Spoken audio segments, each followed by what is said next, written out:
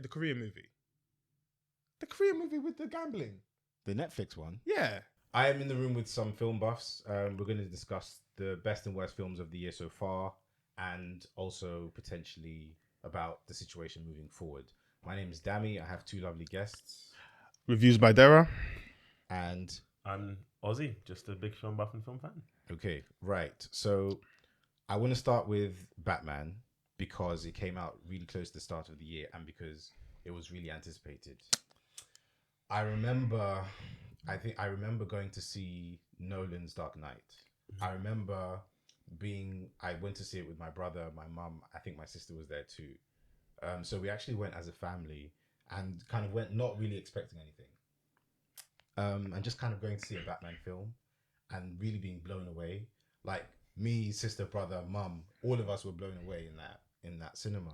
And I remember being in the cinema with other people. It was a really immersive experience. Like, it's a film I haven't forgotten, and it's a cinema experience I haven't forgotten either. And then, so I was really kind of looking forward to seeing this new Batman film, and it didn't do the same for me. And I think to top that experience is going to take some doing. I had a number of issues with this new Batman film. So generally, I thought it didn't know what the core of itself was. It kind of tried to do a lot of things, but not very well. It was a bit of a mixed match. Like, at times it was like veering into like a dystopian thing. At other times it was like trying to do like a romance as an allegory for like hope in the city. Other times it did the standard Batman corruption of the institutions, blah blah blah. So it tried to do a lot and nothing particularly well. What did you think? I think this Batman movie I think it's an inferior movie to Elite. I think maybe all the Nolan movies actually. Okay. Yeah, I think it's an inferior movie to. But then all three of them. I was gonna say two, but I was thinking no. It's an inferior movie to the Nolan movies. However, I think what this Batman movie did correct is that it did not attempt to be a direct challenger to the Nolan style. Right. Because I think that is where this Batman has seen its success. Yeah. Is that it understood that you're not going to do action better than Nolan did. And you're not going to get a better actor than, what's his name? Christian Bale. Or, what's his name? Heath Ledger. Heath Ledger. Or you're not even going to get, what's his name from the from the extended universe? The DC, what's his name? Ben Affleck. You're not going to get a better actor than Ben Affleck. And I think, if I'm being honest, I think, what's his name? From Twilight Robert Pattinson. I don't think he's a bad actor. I think he's a B+ actor. And I think they understood that they do not have a better cast than the Nolan movies, and they do not have a better director than the Nolan movies, and they do not have more hype than the Nolan movies. So where they could be different and differentiate themselves is stylistic, and I think they went down that kind of film noir investigatory route because they knew the backlash of like an inferior action orientated Batman movie would be so much worse. So I think the self-awareness limited the damage and made it not feel as kind of limited as a movie as it kind of is when you analyze it. What do you reckon? I think it's quite harsh to say the film is inferior to all of Nolan's. Which one? Batman. Look, let me just declare all my horses in this race, right? Like, I read comics a lot. I absolutely love comics. Yeah. I still have a T-shirt from when The Dark Knight came out that I still wear, right? From back, what was that, 2008? When it came out. Having seen the Nolan films, Batman Begins is good, it's enjoyable, The Dark Knight's clearly the best. The third film, he kind of phoned it in a little bit. It wasn't that good. It was very, very, very anti, sort of people protesting, the Occupy Wall Street movement, all that kind of stuff. It was very kind of anti that, so very strong political messages. But there's an issue with Batman, but that's a separate issue. I think when you watch this new movie by Matt Reeves, I really, really liked it. I think where it lets itself down is its final act. They had the kind of the big spectacle set piece. They flood the city.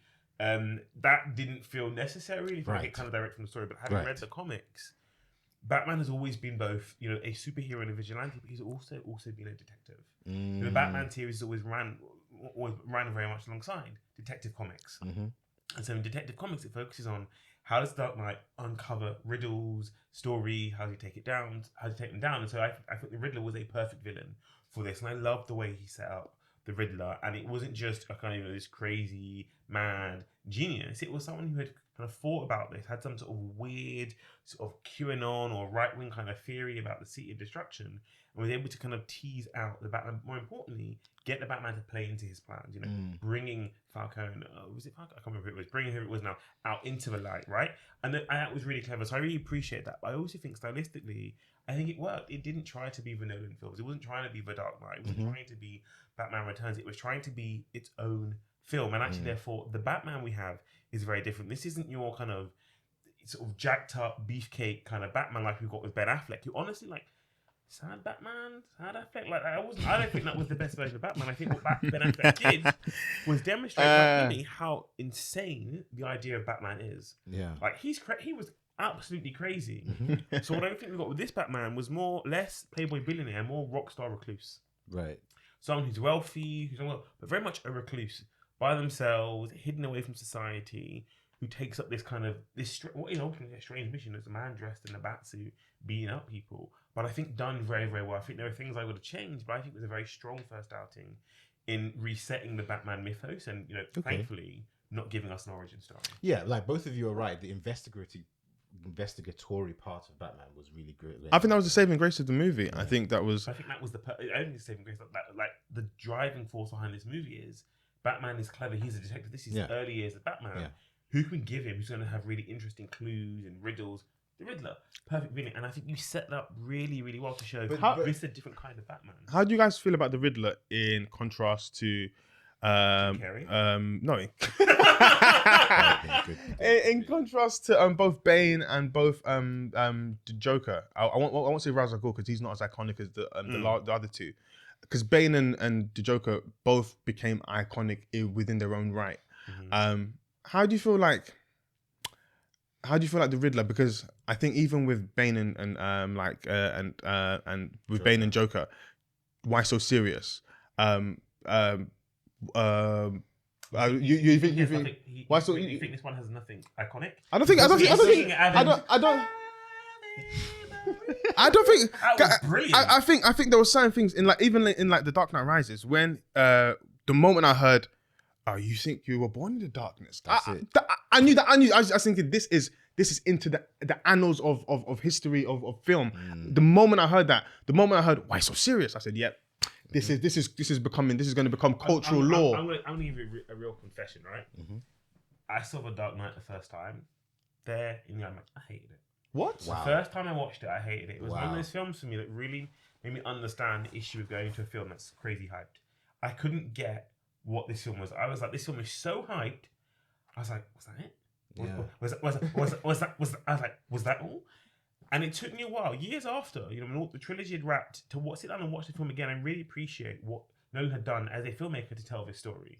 Really intriguing story of what are two sides of the same coin fighting in this city. And as Joker always said to him, like, we will be doing this forever. Sadly, Heath Ledger died, and as a result, that story didn't continue. But I think it gave us a really interesting lens into what Nolan was trying to set up and what he was trying to say, which is that Batman exists because Joker exists, and Joker exists only because Batman exists, and they hang each other in the balance. I think what you have with Riddler is a very different kind of villain, but equally a similar kind of story, which is he's like, I'm doing this because you are Batman. I wear a mask, and so do you wear a mask. Right. We are the same. Right. So I think you see those similar parallels play out. And whilst I think on first reading we may not say it's as iconic, this is the start of a trilogy, hopefully, and I think we'll have to give him more time to get there. Okay. No one watched Batman Begins and was like, oh, that's iconic. Agreed. Look, this man in a cave is going to become Batman. No one thought that was iconic. But we got to The Dark Knight, and I think it's a strong start to get us out the blocks. Fair enough. I mean, the thing, I take the point about the Riddler, right? If it's like a guy in a big jacket. It's like, is he as threatening? Does he pose as much of a threat? And I like Paul Dano, and I'm not sure he was kind of used really well. Like the Ave Maria thing was like, I don't know. He's like, oh, he's another mad person singing in an asylum. Okay. It was like, okay. So I think, and I think you're right about the final act. I think the story was written in such a way, we got to the end of the film, and I think whoever was writing it went, oh my gosh, the Riddler's got a point here. We need to make him do something crazy to make sure he's a villain. So it didn't, that part didn't make sense to me. It was like, what is going on here? What, So, blowing up the city? yeah, like See, that was like that was it out of character in If I'm terms honest, of what he I had think done. it was probably more attempting to follow some of the arcs from the comic books, and I think what they were also trying to do was really distinguish themselves, ironically, in this conversation, from the Nolan films, which is basically how do you kind of wipe out everything we know about Batman and about Gotham? What if you sink the whole city? What if you destroy everything? But actually, everything we do going forward in this new corner of the Batman universe gets to be completely new, completely fresh, completely different. Because we've all seen Batman, right? You know, Batman is Batman. Like everyone knows who Batman is. You know the story, you know the origin story, you know Gotham City, you know the joke, you know all this stuff. So how do you make it fresh and original? And I think maybe he was like, what if we just destroy the whole place? Maybe wouldn't the way I would have gone about it. But I think he's trying to follow the comics and do things like the No Man Land storylines, which kind of follow kind of Gotham being somewhat destroyed and kind of having to rebuild and kind of Batman's journey through that. I think we'll get a very different kind of story for the second outing. Yeah. I think with this new Batman, I think there was a lot of interesting, quite political commentary. Just like in Dark Knight Rises, there was a lot of kind of quite on your nose political commentary about the protests. I think a lot of this was a lot of commentary and a lot of kind of scathing criticism of the growing issue of incelism and like QAnon and things like that. Right. And I found it interesting that this is, if you look at the Riddler, he's the least empowered of any of the Batman villains. Agreed. Whether you look at Bane, who's this hulking monster, if you look at Ra's al Ghul, who effectively leaded a guild of like super criminals. Yeah. The Riddler was just a lone wolf. He was a lone wolf, basically just an incel. However, if you look at the end of the Batman, he has caused more damage to Gotham than every single other Batman villain combined. No. 100%. More than Bane. He sunk the, maybe not more than Bane, no, but significantly more than like if you go back from the Penguin, if you look at you can look at Penguin, you can look at Joker, you can look at Ra's al Ghul, you can look at I can go all the way back to Poison Ivy. Yeah. Like none of them have done the kind of damage and who have been a lot more empowered than him. I think it kind of like it was an interesting commentary on like the legion of the unempowered when they become legion, right.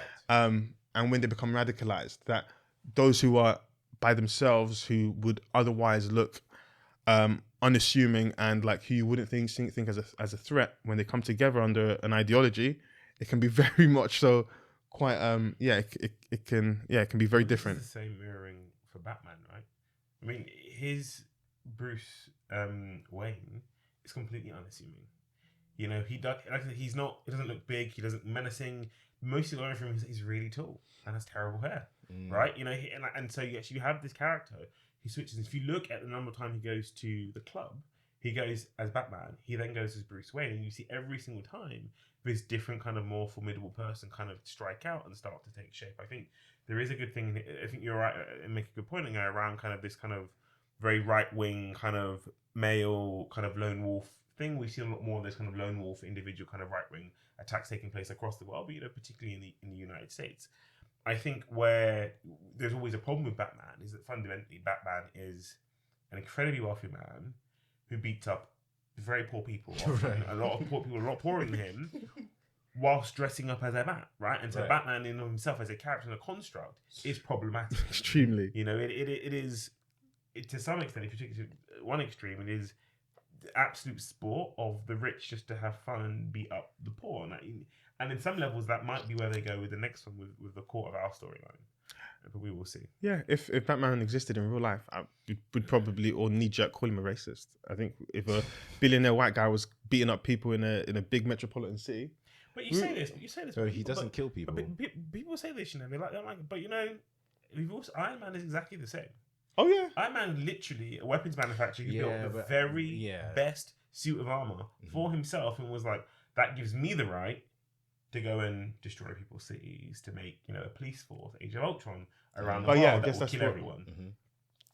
what guys? Why do you think like with all the Batman movies we've had, in recent times. Since we have to go all the way back to bloody what's his name to the 90s movies. Oh, 90s movie. Oh, Where there's been George why there's never been a Robin? Why the Well, there successive was almost one. successive studios have chosen to opt out of this is 3 different iterations of Batman. I mean, you're right. Joseph Gordon-Levitt. Yeah, I mean, but he was was. I mean, we don't. But like, I mean, it's an interesting choice, and which is why I found the use of Catwoman in this film really interesting. Yeah, right? Because we haven't really seen. I mean, we had what's her face, Anne Hathaway in the last set, and it was just kind of implied, just like it was implied that Robin was Robin. So, and I thought that connection between Catwoman and Batman in this film was good, and it was one of the things that again distinguishes it from the Nolan films, and also makes it interesting. Like, okay, I could believe that kind of situation happens, and sometimes I want, like, I thought it'd be interesting as well if Batman makes a different choice. I don't know if this happens in the comics, but sometimes it'd be like, maybe he should just go run off with the girl. Like, maybe he shouldn't be here fighting the whole. Like, maybe, do you know what I mean? You're gonna have a whole new drama. Let's not talk about the wedding of Batman and Catwoman. Oh, does that also? There is one. Does happen in the comics. Yeah. Everything, everywhere, all at once. okay. Yeah, I couldn't stand it. I don't even want to talk about this film. You didn't like Can you? it. I couldn't stand it. You didn't like it. The reviews Understand put me off because I was gonna watch it, but I didn't go to watch it because I saw some quite scathing reviews and I said, Really? yeah, I only saw praise for it. really. I only saw praise for the film. I loved it. Like, Yeah, by right. far, best film of the year, without a Oh, shadow, without no. a shadow of a doubt. Absolutely loved. I went to see it on holiday. This wow. is- For my this is birthday. not Oh, gonna wow. work. I want to see it that much. This is not. What's the premise of the movie? This is. It is. I'll let you explain. This Damien. is. I mean, I don't even remember the premise of the film. I wanted to walk out. Look, the film is essentially about the relationship between a mother and a daughter. Okay. So like that's where the film goes, and essentially the family's having financial trouble with the business, and the daughter's kind of in adolescence. She's growing up. She wants to break out, and she's clashing with her mum about different things. And essentially it's about like it's filmed from the perspective of the mum about her kind of troubles with her marriage, kind of regretting things about her life with her business problems and so on. But it's everything everywhere all at once is kind of done in this way, which takes away from the core message that I've just described, right? So I can only take like a certain amount of silliness in a film, right? I'm like I think there was some hot dog fingers. I think right, exactly. I really think there were some valuable messages going on here. I think it ended superbly. Okay. I think there's an emotional tone that the film finds about this connection between mother and daughter, and also about a person kind of looking back at their life and their choices. That's really good and really important. But to do it in this way just turned me off. I'm seeing hot dog fingers, people running around, people turning into glitter. So I can only take so much silliness in a film, and this took me beyond that. That was my issue. See, I didn't think it was silliness. The premise of this film, and it's a sci-fi movie, right? But set in the heart of, it's a family drama set in the heart of a sci-fi movie. Isn't this like a multiverse? It's a multiverse. Yeah, it's a multiverse story. I mean, far better than Doctor Strange, but I'm sure we'll come on to that. Well, yeah. But I think what it allows us to really look at and closely is decisions people make in their life, the choices they make, but also the bond between parents. And we look at her relationship with her father, also her relationship with her daughter, and how does she navigate this space of her own life as an individual, and a sense that there are things that she regrets. Did she marry the right man? Did she settle too early? What if she'd gone in different ways? And so she gets the opportunity to experience her life, multiple different opportunities, guises, ways it would have turned out. She gets to experience everything, everywhere, all at once. And that, I think, sets up a wonderful adventure. At the heart of it, though, is this family drama of how do you come to terms with the decision we make as individuals, but how do we also find ways to connect to our children? Even though sometimes we feel they are so different to us. They are doing things that we do not agree with. We think we've given them everything in life, and they're throwing those chances away. And sometimes it's not about the big things. It's about just acknowledging that I see you as a person and I still love you for it. And I think the film from start to finish is very, very funny, but I wouldn't describe it as silly. But also I think at the very end is very, very touching in the way it comes back together. I also think it's a really interesting moment for, and I don't quite describe it as Asian cinema, but kind of, you've got this film, you've just got Turning Red came out on Disney Plus, which also was really good. Looking at a very similar kind of link, kind of intergenerational relationship between Asian American sort of mothers and their daughters, and I think there's a really interesting movement here in cinema, hopefully, kind of in mainstream cinema, I suppose.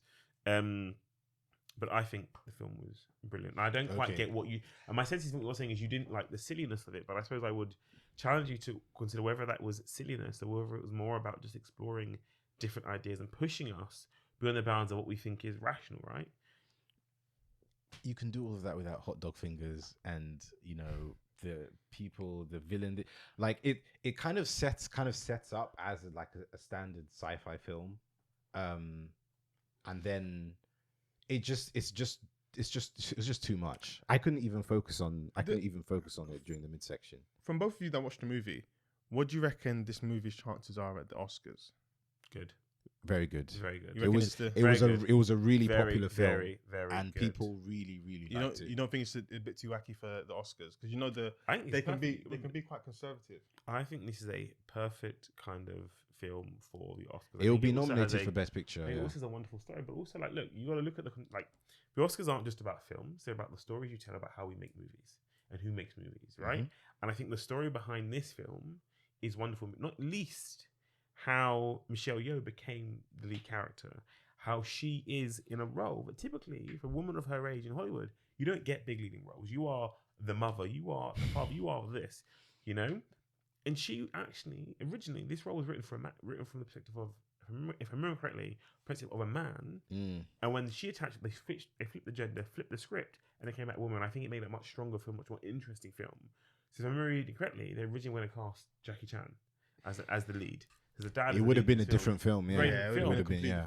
And I think what she pulls out is both a stellar performance, but also it's just a lot of fun. So it's both touching, and I think some of my friends who are Asian who watched the film who were like, I've seen it multiple times, like cry every time. Actually seeing that kind of representation, and not just people say, oh, we just don't want another 12 years of slavery if you're black. People want to see people represented in different kind of ways. So actually seeing this amazingly wacky sci-fi film that's the family drama at the heart of it, I think is wonderful. I'd have to go and watch it again. If it was Jackie Chan in the main role, I think I potentially may have enjoyed it more as a comedy. I would have been like, okay, this is Jackie Chan. There's mad stuff going on. This is a comedy, and then my head is now set. This is a comedy. I'm just supposed to find all of this funny.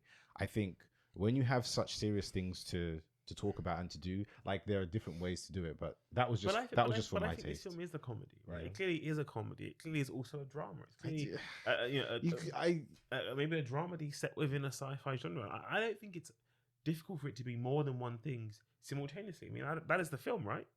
Mm-hmm. Right. So I think, and I think there was some good. Like, as I say, like the ending was really strong. And it made me wonder whether it was kind of worth sitting through all of that stuff just to get to this message at the end.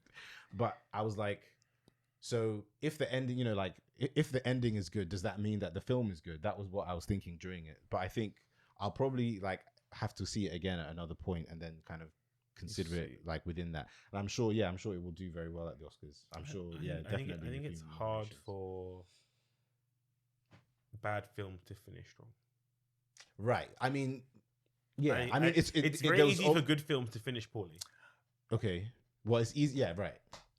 One of the questions I wanted to kind of put to you guys is, with movies what's it? Everything, everywhere. Oh, you know what I mean, right? Yeah, that movie, that movie, and movies like that movie, movies specifically like that aren't part of a big franchise.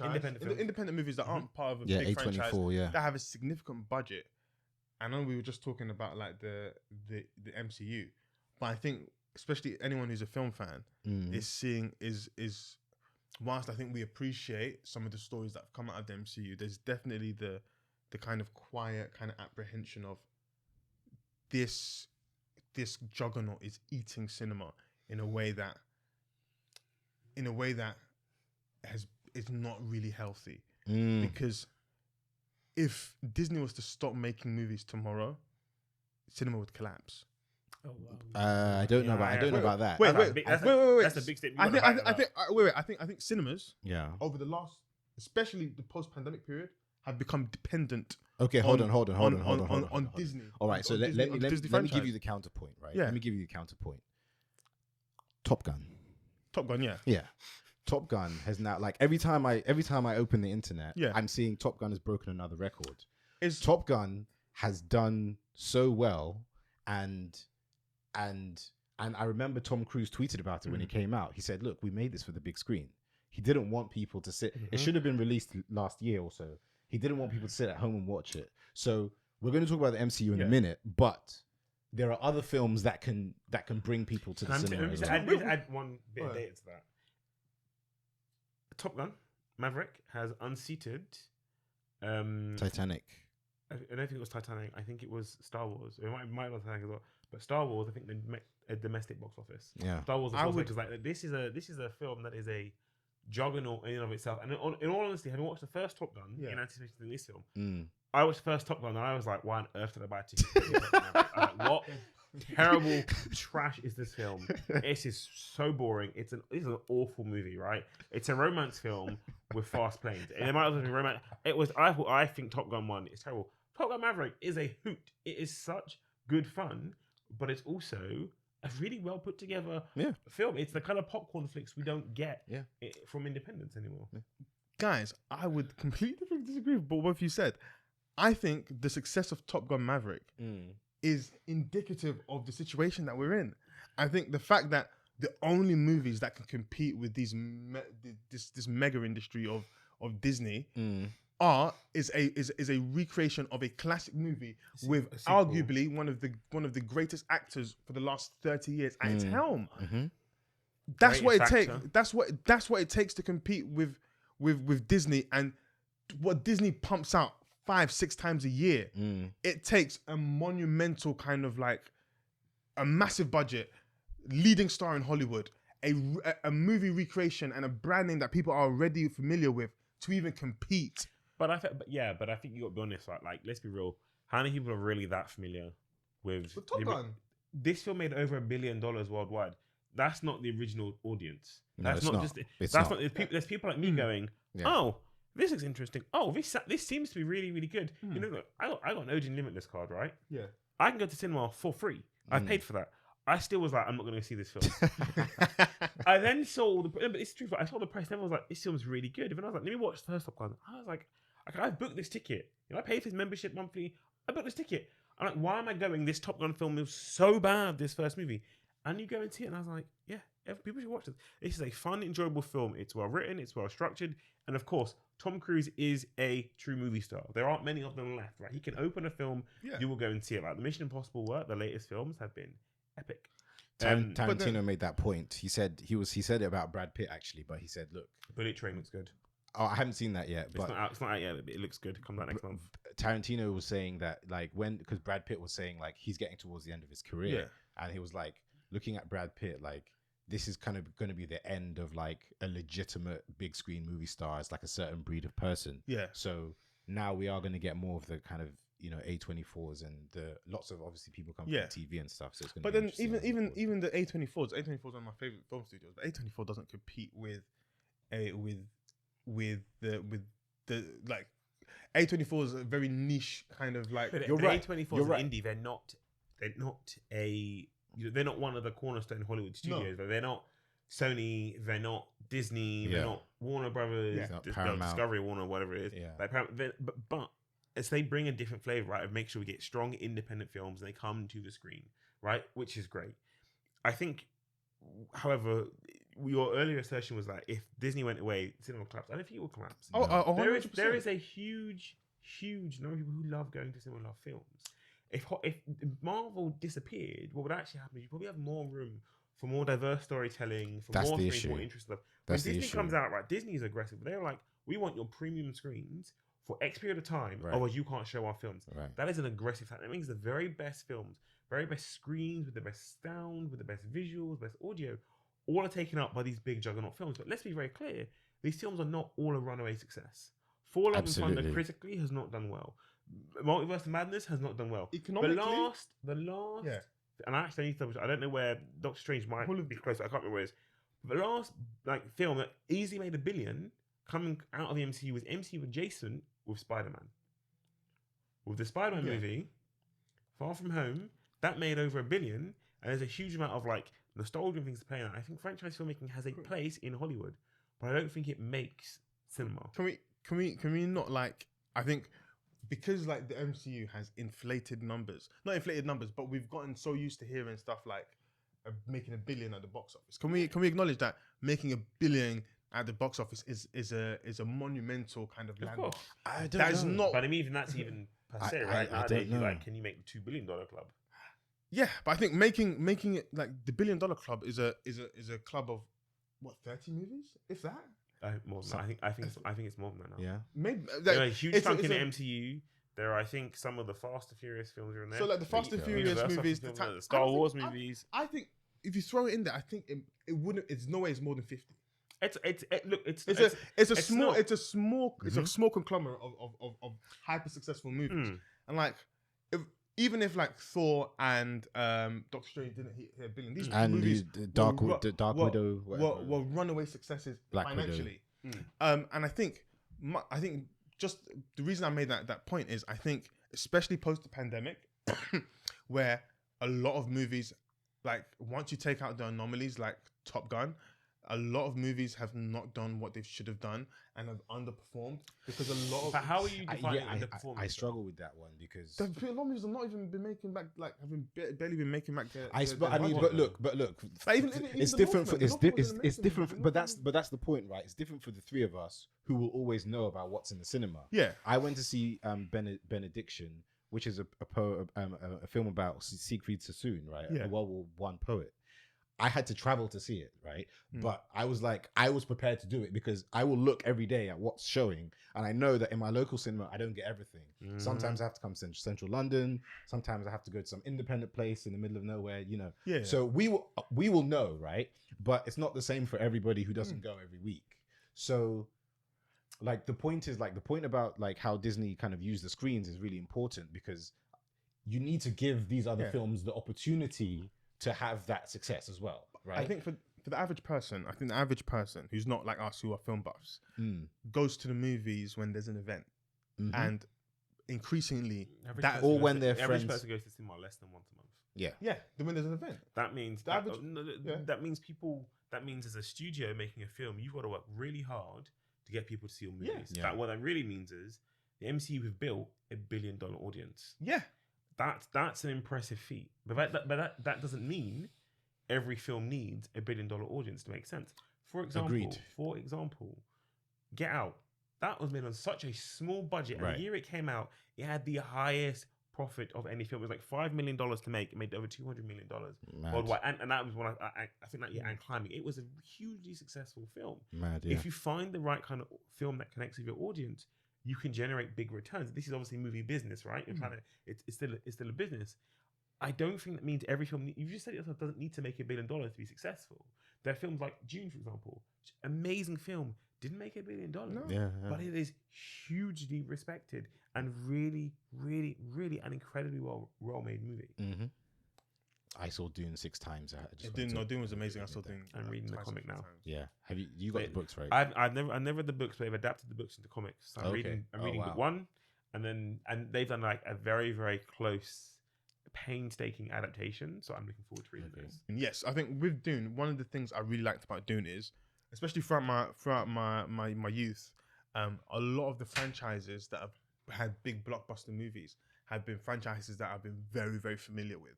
So I wasn't getting any new surprises. So stuff like Harry Potter, stuff like Star Wars, stuff like Lord of the Rings, stuff like the Marvel MCU. This is stuff I all was very, very familiar with and I read throughout my formative years. Dune was a complete unknown. And it's very rare that quite niche. Dune isn't even a niche franchise. Dune just is an older franchise that wasn't in my remit growing up. So it was just nice to go into a big blockbuster sci-fi movie, not knowing anything. Right. Like I was just saying, okay, the trailer looks cool. I like the poster. Let me go in and watch this. Which makes it feel completely different from the MCU, because within the MCU, it always feels like the characters are kind of navigating within confines that I'm already very aware of and that have already been long established. Whereas, yeah, man, I didn't know anything about like, and I found myself with Dune. One of the things about like a good movie is you end up going to read up on that movie. So like one of the things, I spent days and days like after that, like so many dozens of hours just reading into like the different aspects of Dune, like because some of the stuff in the movie I wanted more elaboration on. I wanted to know better about the story. So yeah, I think Dune was quite nice, and I hadn't felt like that ever since I watched World of Warcraft. Okay. If you want to go for like a Warcraft analogy, I would have gone for Arcane on Netflix, which Why does everyone like that? Arcane I was haven't watched so Arcane. good. I love animation, love series, like animated series, like Arcane's animated series on Netflix based on, I completely forgot what the game is. It's not League of Legends. It is. That's it's League of Legends. Based on League of Right, Legends, okay, but right, it's like right. a prequel story. But Right, it's right, right. really, really good. Really, it's brilliant. Really, really well done. Can really we gripping. just talk about that? Because I don't get it. I don't get it. Like I was watching look, I tried. I watched 4 episodes. I think there are 10 of them. I don't know. I didn't find it so special. I just feel like this is kind of like the story wasn't anything like particularly unique. There was some good animation which looks nice, but apart from that, I'm just like I don't see what I'm looking at. What do you guys think the future for Netflix is? Because for someone who like has stock, their stock has been all over the place the last year, and like in terms of like where the trajectory for them is going, they are entering a phase where they're going to have exponentially more competition for brands and for franchises than they've ever had before. Okay. So and like Disney Plus is not going to stop. Amazon Prime is not going to stop. But I would not conflate the fact they don't stop with their success. Disney Plus has a major issue. The MCU, Star Wars have major problems. That like the MCU churns out so much content. Nothing feels like an event. You know, I looked at the photos that came out of Comic-Con, you know, of Marvel Phase 5 and Phase 4 and Phase 6, and I was like, you know, what's a film? What's a TV series? There's no massive distinctions. Well, actually, it feels like it's Marvel all the time, which you would think sounds good, but actually, the thing you really loved was that it was an event. Like everyone remembers I don't know, this might be a big statement, but when you first saw that very first Avengers movie, and they had a little spinning camera shot, and every single one of their weapons like charge on, get ready, you're like, this is the Avengers. That was great. You know, get that every week in your pajamas. Yeah. Right? You can watch another superhero, another It's just a disappointing spin-off, story, another spin-off, another this, another that. So, and then you look at Star Wars, right? You know, Obi-Wan Kenobi was not good. Right. And as controversial as that may sound to some people, that was a tortured story for one very simple reason. We know where it has to go and where it has to end, but they built no jeopardy into that storyline. But they are pumping out more and more content from this franchise. I came to Star Wars really late. As a child, I had the first 3 episodes. 1, 2, and 3 those were my Star Wars films as a kid. I didn't watch any of them. I used to fall asleep watching Star Wars. Terrible. Pandemic, I was like, I'm gonna watch Star Wars from the beginning. I started by watching 1 and 2, and then Dave Filoni's Clone Wars. And if it wasn't for Dave Filoni and Clone Wars, I would hate Star Wars. I would continue to hate it. But I saw something special and magic in it. And so watching Obi-Wan now, watching Boba Fett, I'm like, this is not right. This is boring. Because even Clone Wars is 7 seasons. We know where this is going to go. Yeah. But they're not telling us anything new. And these storylines are just dead. It's just You're money. saying about the Mandalorian. Just The rubbish. Mandalorian 1 and 2. See, I like Mandalorian 1 and 2. However, Mandalorian, Boba Fett, Obi-Wan, It's like old the men same walking around thing. with children, and what's going on? like, like, why is the story like they're saying some old reluctant man looking after some kind of child? Like, what's going on here? I think you asked That- an interesting question but about that- Netflix, but though, that- because that they've got being a bunch said, of stuff there going on. the limitations of the artistic elements of Disney do not take away from the economic machine. That's why I said they're not going to stop. They're not going to stop feeding you. Like But they are irrespective- cannibalizing themselves. Yeah, It's like but I think they have a lot of content to cannibalize. They have big franchises. Hold on. Can I just derail for a second? Go ahead. Can we finish the end of the films and then get back to Oh, go ahead, the go ahead, Netflix yeah. discussion Yeah, that's fine. afterwards? That's useful. So Dune was there, right? Okay, so Yeah. in regard to your point about Dune, right? I think like I understand why people may not have liked it. Like everyone, like the people I saw talking about it really enjoyed it, right? Mhm. I get why people may not enjoy it. They've started filming the next one. Really looking forward to it. I'm going to watch it 6 times again, probably. So I think that's like a really good plus point. I can understand. I really like Dune, but I can understand why some people would not like Dune because it takes you on this very emotional journey. But by the time the movie finishes, you're like, okay, nothing has been solved. Right. It definitely feels like part one. Yeah. Yeah, It definitely feels like And that. I really applaud them for taking it because I like having read for example, I use Hunger Games. Having read the Hunger Games, Yeah. I think the mistake they made is splitting the last book Into and two. not the first book. Because the first book could have been Really? a really like strong dystopian future, terrible, and she volunteers as I volunteer as tribute, and you stop there, and the second film could have been like this massive spectacular of the battle in the arena, and I think you would have had 2 very different price films. But the Yeah. problem is, you may not get from the first film to the second film is not popular enough. Right. However, they split the last book, and I think it was pointless. And I think it was really brave to tell June and to split this story as the way it should be told, and not give us a complete nice Hollywood ribboned off ending. It's like, where to next? Where the hell are they going? What is going to happen next? And that I thought was brave, but also showed a real strong command over telling the story they should tell out of this bigger franchise. Can you acknowledge that? I think we can understand the beauty of that as like film buffs, but for the average person, I think the average person might leave. No, but I think they the enjoyed average- the film. Like the actual film was a good film. So the But I average think- person will still I enjoy think that. why maybe Dune didn't make, because like why it's critically applauded, but why it didn't make the commercial splash that it did.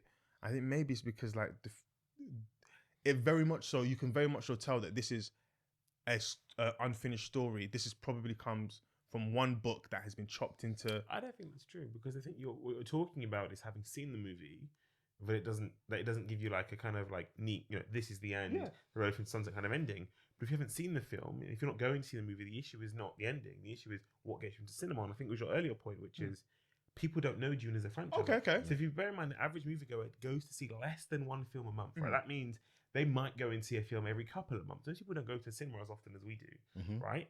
And so they go, well, I might go to cinema once these 2 or 3 months. Is it going to be this thing I've never heard of? Or Right. actually, Right. I've got this big That's the film question, coming down the line. I know it's a Harry Potter, or it's an MCU, or it's a DC, or it's this other big Goliath of a franchise I already know. I'll go into that. I'll catch this one on TV, and I think what you'll see is the secondary market for Dune, I think, has been quite strong, and therefore people's word of mouth are like, this is a really good film, is it strong? So when they make the next movie, I think it will be a very different story. And they've actually. How many movies have they greenlit? I think it's going to be 3, but I don't know yet. They've cast Florence Pugh in the next one, and I'm not a big fan of her, so who knows? Talk to me about. She's going to be the princess. Yeah, I know. Talk to me about Northman, because Northman's another one which was critically acclaimed but didn't make a great deal of money. You really like that? Yeah, I think Northman was a masterpiece, man. I think Northman was really good. Why didn't it connect with? I mean, a lot of his I'm not sure. marketing. Yeah, I'm not sure, but I think a lot of the marketing was quite strong. I think. I skipped it. Yeah. I saw the posters, I saw the trailer. I was like, this doesn't like a film for me.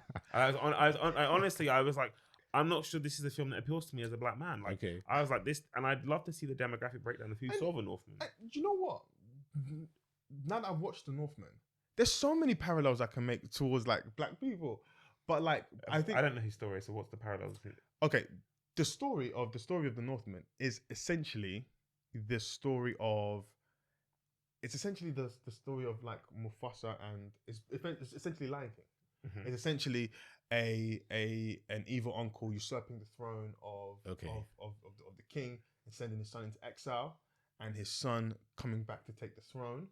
But I think, with the Northman, the flip. There's a kind of a flip in the movie that his childhood understanding of the dynamics that sent him into exile was a complete distortion of the reality. And in reality, he thought that he had been sent away by his evil usurping uncle who had kidnapped his mother, kept her against her will, and sent him into exile. Whereas his father was a brute who had beaten on his mother and who had abused her, and her mother had begged and supported and supported her uncle in usurping the throne and for saving her life and ending her misery. and she said that she'd do it again and that she loved the uncle. And that was, you had like almost a kind of an emotional... twist. Yeah, you had a complete emotional break because his childhood understanding of the world and what motivated him throughout his entire life was a complete fiction that he had like manifested in his head to keep him alive. Which makes sense. A child look, being I think- trauma. look, So yeah, I think it's such a deeper movie, but like I think they marketed it as this kind of Viking savage kind of thing. Okay. And I looked at it and was Right. like, no, thank Okay. you. So again, I agree. Good film. I thought it lacked something in terms of the plot. I think it moves a bit too quickly, and I'm not sure I got exactly the payoff at the end. But like stylistically, like this was kind of with Batman, great stylistic stuff going on there. Like, you know, apart from that, I'm not too sure. But yeah, like if you don't mind a bit of blood and guts, you know, kind of a bit of Viking Honestly, I stuff, reckon and also you've got a nice relationship with Anya Taylor-Joy and Skarsgård in there. So there's like a kind of romance chemistry, I think, that works. And Robert Eggers is kind of supposed to be like an interesting guy in the industry. So like I think it was I'd fine. give it a I watch, enjoyed bro. it. Yeah, definitely. If there's one movie you double back and watch, Ranking with a plot twist. I don't Sounds know. interesting. Ambulance.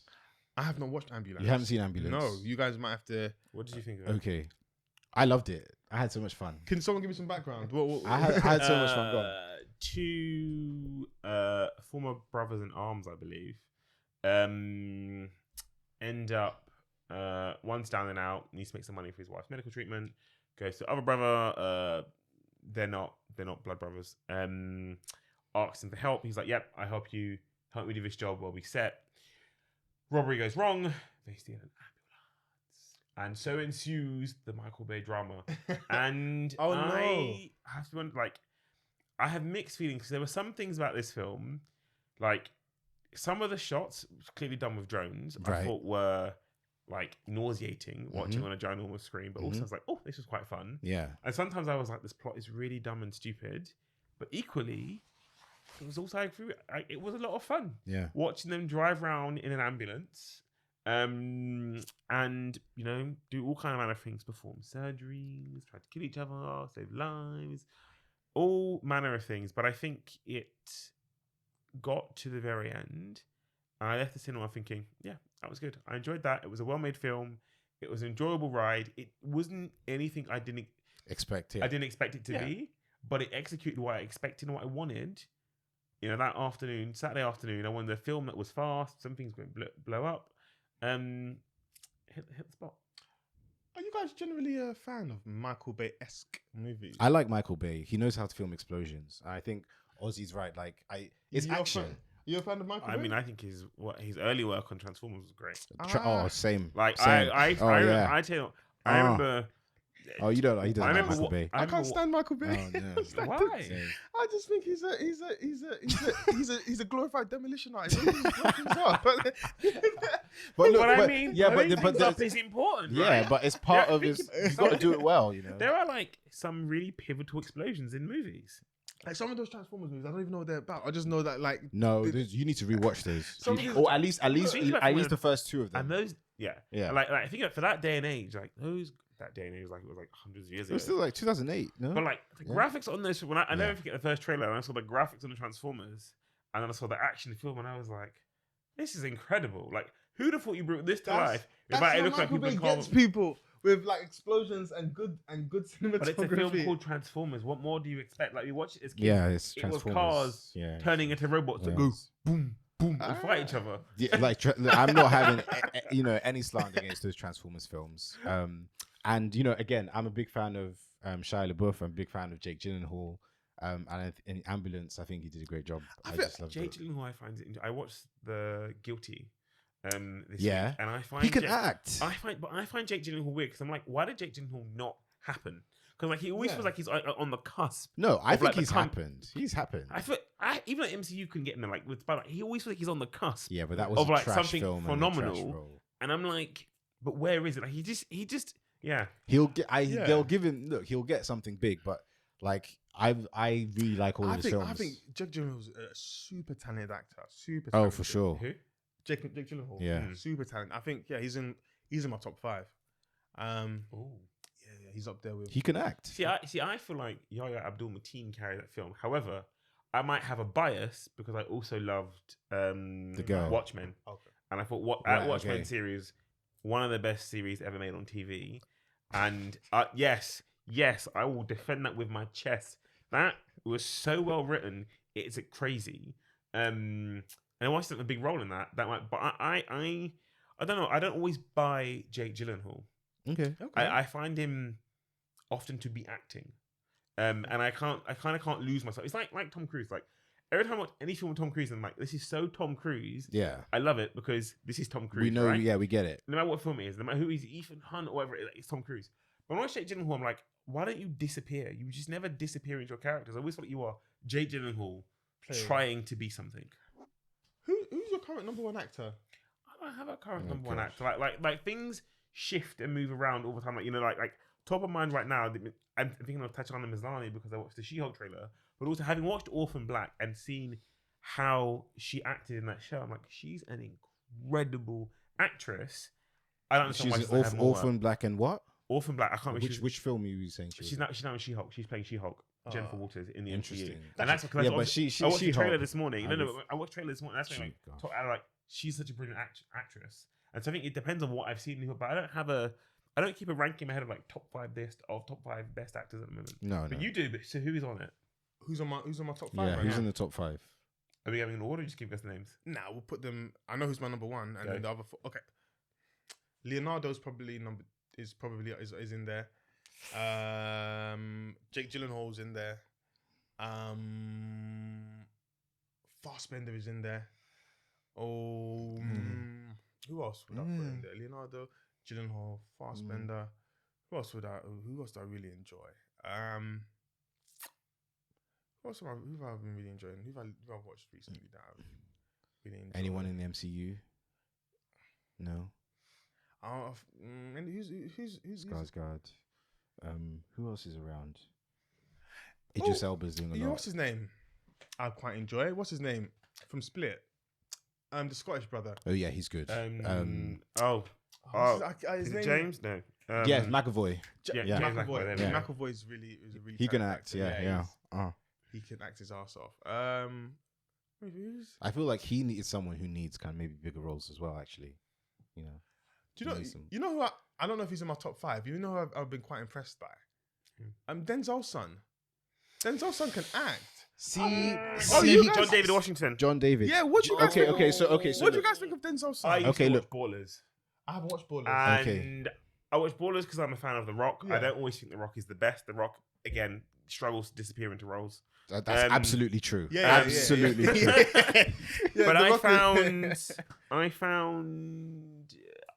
that's what he's changed somewhat. I don't find him the most authentic I always feel like he's acting. And I think that's the challenge. I think if I look at people like oh my god, I completely forgotten the guy who did Moonlight. I completely forgot his name. What's his name? Mahershala Ali. No, not Mahershala Ali. The big hench guy. The guy who plays In the third Tyrone act. in the third act as a kid. I completely forgotten his name. The muscular one, the one that the girls were loving. I can't remember his name, but yeah.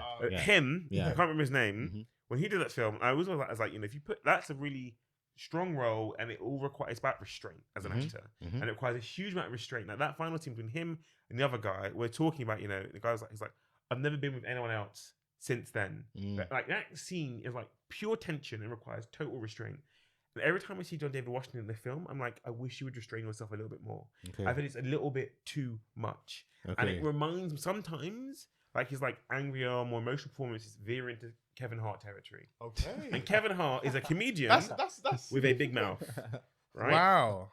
Wow. And so I'm not, and it's like, Yeah. it's not, so it's like, I feel like he has the potential, but I feel like to get the true emotional range, like in Tenet, for example, like Tenet as a film is a hot mess.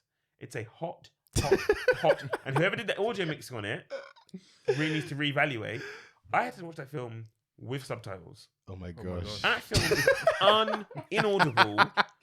Who thought filming them with the dialogue they get from a mask would make sense when we're not sat there with the script? It was, and I watched the film and I left it thinking, him and Patterson did a good job bouncing off each other, but I didn't think it was great.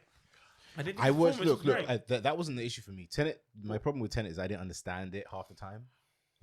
I mean, honestly, like I only watched it once, but I remember Inception. I had to watch Inception 5 times before I was like, I really perfectly understand it. So Tenet might be like another 5 times before I can say I really got it. I got it. You got it? I got that. I got Inception. The thing I didn't get first time around was Interstellar. That took me another while to make sense. But I kind of loosely I got it. Yeah.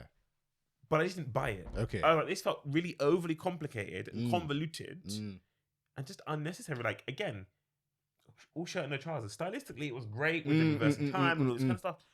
But at the end, though, it's like, this was like a lot of film for us to have to sat through for not a great payoff. Okay. What you got? You know who I have as my number 5? Adam Driver. I think Adam Driver could be the next. He can act. I think he could be the next guy. He could act. I think he could be the next guy. I think he's chosen his roles very well. I think in the Star Wars movies, he was the shining light in an otherwise terrible kind of trilogy. He's Kylo Ren, right? Yeah. See, I think Kylo Ren was the only interesting thing. I agree with that. I think that's true. But I think they ruined. I think they ruined him within the narrative. But I think he was the shining light. He was the only thing. It was the most interesting thing about the When I went back to watch the Star Wars movies, it was to find out what happened to Kylo Ren. Because everything else was boring. Like, I think he's like, it's really his story is interesting. Apparently, he was in the military up until quite recently. So for someone like that to just kind of come and start acting, that's a really good and like really talented thing. But I wonder how versatile he'll be kind of going forward. Did you guys see him in House of Gucci? I haven't seen that. I'm supposed to. Yeah. I think he's chosen some very good roles. And I think in House of Gucci it shows him in a completely different kind of more mature dynamic. Okay. Yeah. I would recommend actually watching House of Gucci. Lady Gaga can act. Because House of Gucci didn't look like it was going to be a good film to me. I was like, I don't think this is going to be chewing good. the scenery, a lot of like crazy overacting with god awful Italian accents. I don't even think they really tried with the Italian accents. Really, honestly, a lot of it was just in American accents. I don't think they tried. But I think the actual narrative was very interesting, and the history of Gucci, like as a brand, I had no idea that like the founder of Gucci was murdered. Yeah, I never knew that. Yeah, I never knew. There's a good BBC drama on it. Yeah, it's like 6 episodes. I never knew his wife. The death of Johnny. Yeah, his wife. That's Versace. He had a mistress. Yeah. There's a BBC show on that one. Yeah, not on Gucci though. He had a mistress. He was obviously sleeping with when he had a wife. He was going to leave his wife for his mistress. His wife found out, got the mafia to off him in broad daylight. Yeah, man. Yeah. Fun. I think, okay, so I want to... You're right about John David Washington. At least in Tenet, I think that's the only thing I've seen him in. He's a bit hijinky. Like, he's a bit like... He did Black Klansman as well. Yeah, Black Klansman. With Adam Driver, right? Yeah. But he's a bit hijinky. He's like, you're right. He's like... I think a lot of the heavy lifting for Black Klansman he's not smooth. Is the content. Yeah. He's not smooth. And therefore it feels inauthentic. And I think that's where people really, really excel. And like, but he did well with the action. Though, can you guys appreciate that he has not pushed the kind of I am Denzel II thing? That's fine. I mean, but we are deliberately not comparing him to his father. Right. So this door swings both ways. Right. Did anyone see Death on the Nile? Yep. Okay. I watched it on the plane. Yeah. Death on the Nile, Murder on the Orient Express. Oh, you watched both of them on the same plane? Both of them on the same journey on the plane. So talk to us about that, because look, you know what? I love those things. I'm in the middle of watching Lincoln Lawyer at the moment. Like, love kind of a good whodunit, story, all that kind of stuff. Murder on the Orient Express, I liked. Nice. A very different way of resolving the murder, which I quite liked. I was like, I didn't see that one coming. Death on the Nile was telegraphed from the minute the film started. It is not a strong a film. It is not as interesting. I think there's something charming and there's a real mystique at being on a train, a long train journey on the Orient Express. Something that you just don't get going down the Nile in the same way. Your lead characters are problematic. Armie Hammer is problematic, and that is a polite way of saying Armie Hammer has problems, right? Like that is that is one thing you can't escape when you watch that film. Is you're also watching someone who is problematic. You then have Gal Gadot, who can't act, who cannot act. Guys, You know, can you break down this kind of, because I'm not familiar with Gal Gadot outside of like the MCU. I'm not sorry, outside of the DC extended universe. Sorry, question your credential. outside of the DC extended universe. So, like, explain to me, what is the critique of Gal Gadot as an actor? Is it that you don't feel like she immerses herself in the roles, or it's just that she's been selected because she looks like characters rather than she can play them? Okay, she is the key thing about actors. I think, this is my opinion, is some of the best actors both demonstrate range and restraint. They know when to go in and when to pull back to give you a phenomenal performance. It's really powerful. The problem I think Gal Gadot has is she lacks range. Yeah. And so it's very, very one note, her performances. Absolutely. And she's not dynamic. So there isn't anything visually interesting about her performances, the nuances she gives, how she plays her characters. It could be anybody to sometimes reading lines off the script. And so what happens is she has roles that you don't truly feel like this is her role. So if you watch I'm trying to think of a film right now with Wonder Viola Davis, Woman, and then my brain's gone completely blank. But if you watch Alan Davis, Viola Davis. Okay. You watch, the Denzel film, Fences. Like, if you watch a Viola Davis film, right? Like, you see this character, like, Viola owns this character, how it's portrayed, what's coming across, how you see it on screen. You know, this is Viola Davis, and she's put her mark on as an actress. You could even say the same with Margot Robbie in some of her films, right? Like puts her stamp on this character.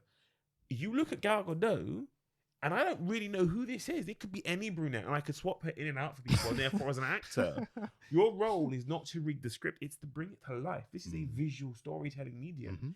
And if I can't connect with that, I'm lost.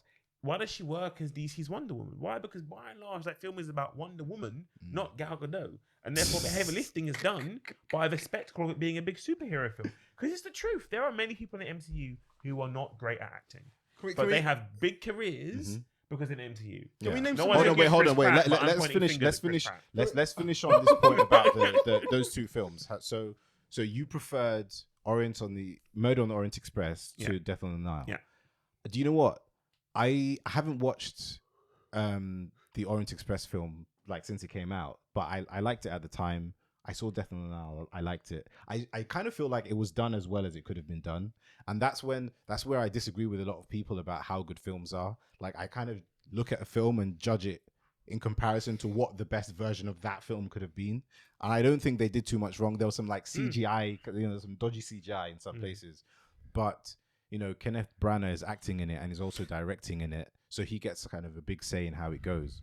But the script was weak. I worked it out like about halfway through, and I was like, I got it. Like, I'm like, when you get it, you're like, I got it. I think very quickly.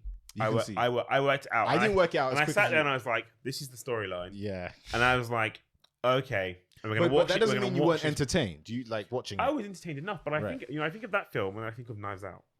Knives Out, I thought was brilliant. Yeah. I enjoyed that start to finish. Looking forward to Knives Out 2.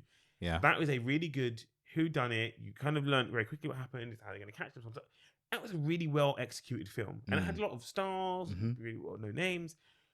But what it did well is it had a really strong script. And that took us from start to finish through this mystery. Like Murder on the Orient Express, Death on the Nile, the script is not that strong. And therefore, it telegraphs its ending very, very clearly. I don't think you don't have a number of suspects. I think you've got very clearly got one suspect, and what I'm trying really hard not to give it away here. One suspect, you've got one clear thing that's going to happen, and when it all happens, you're like, of course, we knew it was going to happen, and that's what made Murder on the Orient Express better, because no matter how many theories you had in Murder on the Orient Express, you couldn't. If you were to say you guessed it, you were like Poirot himself, right? Like, you couldn't really guessed that twist. And I thought it was a very clever way of taking what is a very well-known story and updating it and giving us a nice new rendition of it. So moving forward, there's lots of exciting stuff coming out.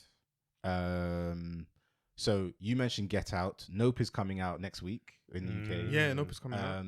There's Black Adam, which is DC. Yeah, you got Bullet Train with Brad Pitt, which Bullet I Train. think Bullet Train is the one. Of course, I'm going to see Nope, but Bullet Train is the one that I think looks really, really good and really funny. I mean, I'm expecting, it's Brad Pitt. I'm expecting Brad Pitt to be Brad Pitt, so I'll enjoy it.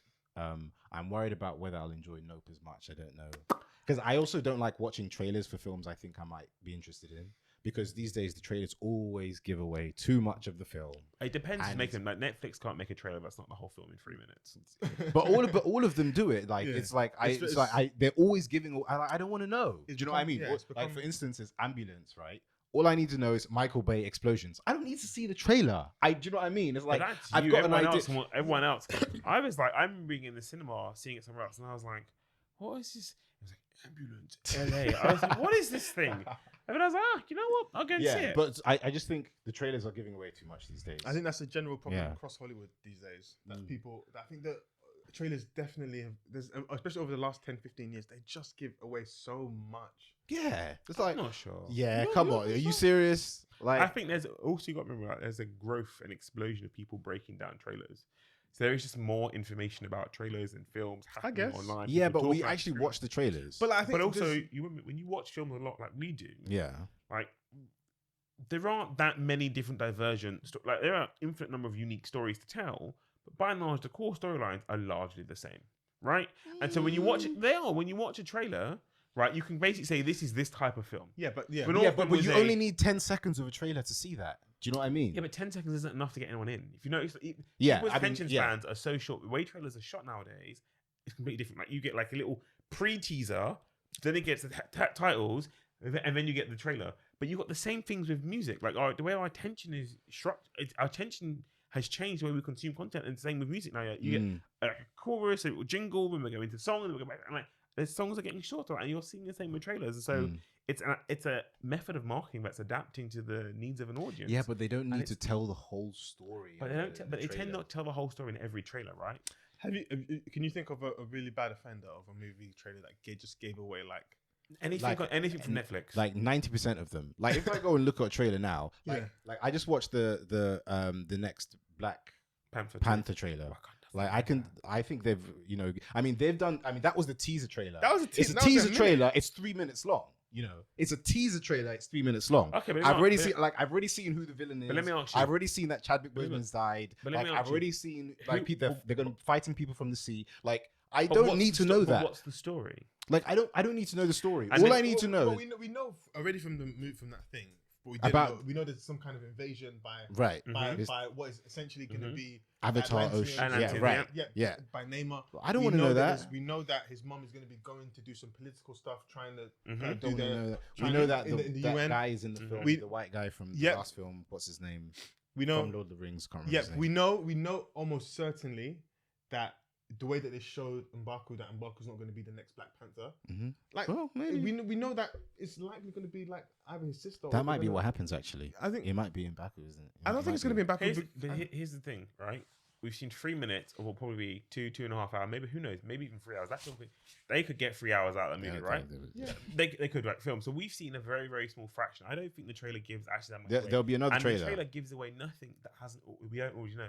We know Namor's the villain. I didn't know that. I didn't know that. Yeah, my friend, you're staying off the internet quite clearly. Like, if you're on the internet, you read anything like Screen Rant or but I avoid that because I don't because they're going to tell me what. But my point is, a lot of this information has already been released to the public already. It's in magazines, it's out there in news and interviews.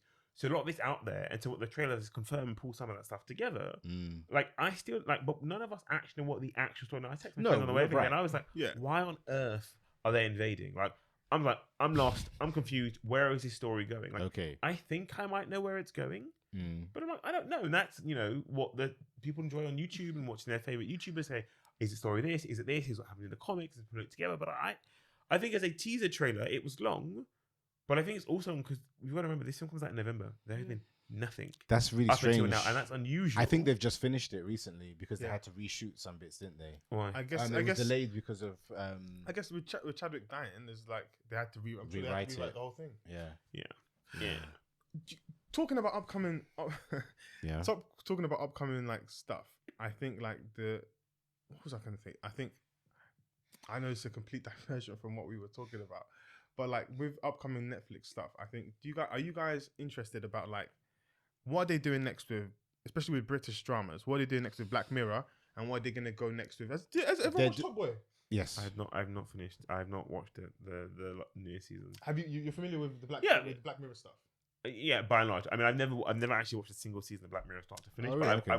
I watched most of the episodes. It just feels a bit eerie that as the pandemic kicked off, that they stopped making Black Mirror, and Black Mirror was clearly one of like Netflix's most successful shows. I think it was a while. Like I think they always knew they were going to do another season. It was just about when. So they're filming season 6 now. And what's that? What was that? I don't know if Undeclared War. if moving forward, is Netflix going to be able to have enough cultural events to keep them at the pinnacle of the streaming platform, which is so enough content to keep them at the top. Not just content, but cultural events. So the last cultural event was that. What was that movie? The Korean movie. The Korean movie with the gambling. The Netflix one. Yeah. Netflix creating a Netflix movie with the gambling. The Korean movie. The massive movie, the massive series that. Squid Game. Squid Game. Come on. Right. I finished it. I mean, but like Stranger Things as well. Yeah, Stranger Things. Those are cultural events that even if I don't watch Stranger Things, but I know that Stranger Things when the final season came out, that was a cultural event. I mean, they also made like movies flexes. and called it a series, right? Like those F1 episodes are like I hour don't and a know. half long. I don't know how like it feels like those are becoming less and less prevalent in like the Netflix kind of output. I don't know. I feel like you remember, like you also can't put that much money behind all these shows forever, and you got to consider like Stranger Things cost an absolute fortune. Like, it will make it back. It's done very, very well. Mm-hmm. Netflix doesn't actually spend a huge and vast sums on marketing. They're not necessarily the best at getting a lot of money back and revenue back from sort of merchandising sales and stuff. But critically, like it has done very well. People felt like they came, they saw, they conquered, they did what they needed to do with season 4 of Stranger Things. I think the challenge for Netflix, I think, is less. It affects TV shows, but it's two things. It's formulas and notes. Netflix runs very heavily based on what their algorithms and the data tells them what people like to watch, how they watch, so on and so forth. So they are infamous for giving directors, teams, studios a strong amount of notes on what they want to see in their shows. Like, I'm a massive fan of Avatar: The Last Airbender. Like, they are adapting that. If for a live action series, the original creators walked away from it because they were like, it got real big creative differences, right? And part of it, you hear people say they will have Netflix because they're like, it's too much notes about what they think the algorithm is telling them people want. So you've got sort of paint by numbers movie making, but what you have in Netflix is an endemic of passable films. There are so many films on Netflix that are just okay. I think just in regards to the future of the MCU, I saw the release and some of season 6. So phase 5 and 6. So they've released the name trailers and the kind of the kind of pictures for them, and I think with what's been shown, I think there's some things of interest. I want to know where they're going with the next. With Avengers 5 and 6, I'm interested with this new Marshall Ali taking up the new Blade. I'm interested in this Namor story and how they do work Wakanda, especially with the absence of Chadwick's death. And I'm also interested to see what happens in the 2020s now with this new hyper-competitive streaming market that Netflix has dominated in the 2010s. I want to know how Netflix differentiates itself and makes itself viable long-term as the juggernaut in the industry, with Amazon Prime that has unlimited funds to throw away at stuff, and at Disney that has a much more significant infrastructure in terms of just churning things out. So I'm just interested in to see where this is going to be. I think we have a streaming civil war on our hands. Okay.